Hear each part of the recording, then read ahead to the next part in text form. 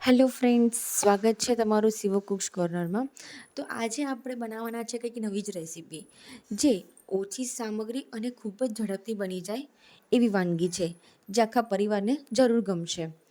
અને એકવાર બનાવશો તો તમે વારંવાર બનાવશો. તો ચાલો બનાવીએ આ એકદમ ટેસ્ટી અને સરળ રેસીપી. તો આ રેસીપી બનાવવા માટે મેં અહીંયા કસૂરી મેથી લીધી છે. તો મેં અહીંયા 2 પેકેટ જેટલી કસૂરી મેથી લીધી. હવે તેને આપણે એક બાઉલમાં કાઢી લઈશું. તો બાઉલમાં કાઢ્યા પછી આપણે તેને 5 મિનિટ સુધી પાણીમાં પલાળી રાખીશું.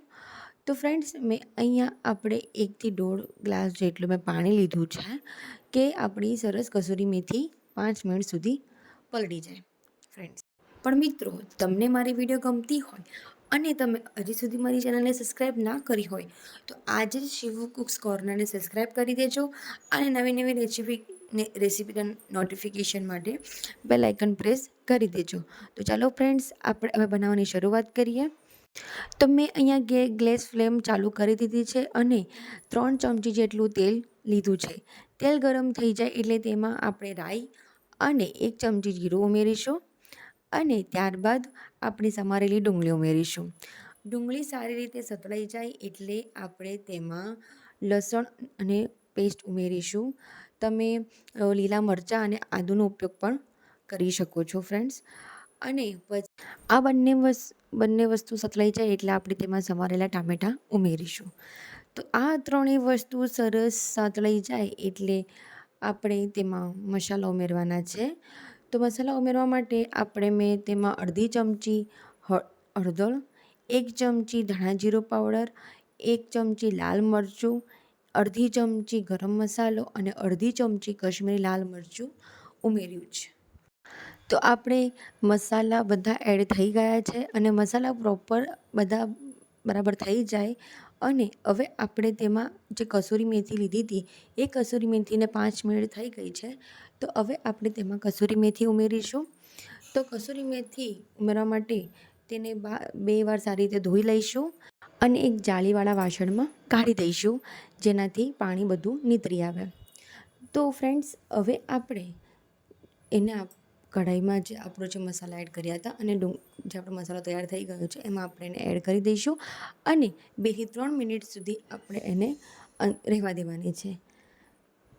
મસાલામાં બરાબર ઉમેરાઈ જાય, હલાવી દેવાય એટલે પછી 2 મિનિટ કે 3 મિનિટ સુધી આપણે ઢાંકી દઈશું, એક વાસણ ઢાંકી દઈશું.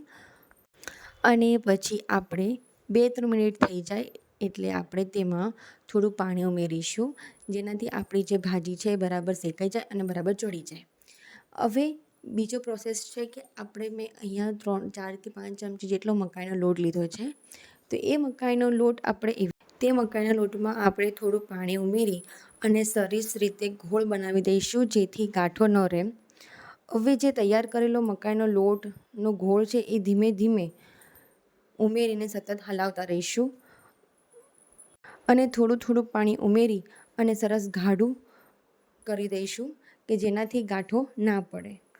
હવે આપણે કસૂરી મેથી જે આપણે લીધી હતી તેમાં આપણે થોડું કરીને આપણે એને નાખીશું અને હલાવતા રહીશું, જેનાથી આપણું સરસ સ્વાદિષ્ટ શાક તૈયાર થઈ જાય. તો હવે આપણે એને બરાબર હલાવતા રહીશું અને આપણે એને 5 થી 10 મિનિટ સુધી રવા દઈશું, જેનાથી આ જે પ્રોપરલી આપણું જે શાક છે એ સરસ ઉકળી જાય. આમાં આપણે 2 કે 3 મિનિટ સુધી ઢાંકવાનું છે એટલે આ શાક ફટાફટ બનીને તૈયાર થઈ જાય.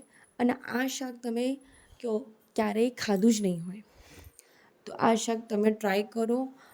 તમે નોર્મલી કેવું હોય છે કે બધા બેસણ નાખીને બનાવતા હોય છે, પણ તમે એકવાર મકાઈનો લોટ નાખીને ટ્રાય કરજો, બહુ જ સરસ બનશે અને બહુ ટેસ્ટી બનશે. તો ફ્રેન્ડ્સ, આપણું આ શાક તૈયાર છે. તમે એને આલની પણ કહી શકો છો, મકાઈના લોટની કઢી બી કહી શકો છો. ફ્રેન્ડ્સ, જો તમને મારી વિડીયો ગમતી હોય તો પ્લીઝ મારી વિડીયોને લાઇક કરજો, શેર કરીને સબસ્ક્રાઈબ કરજો. Thank you.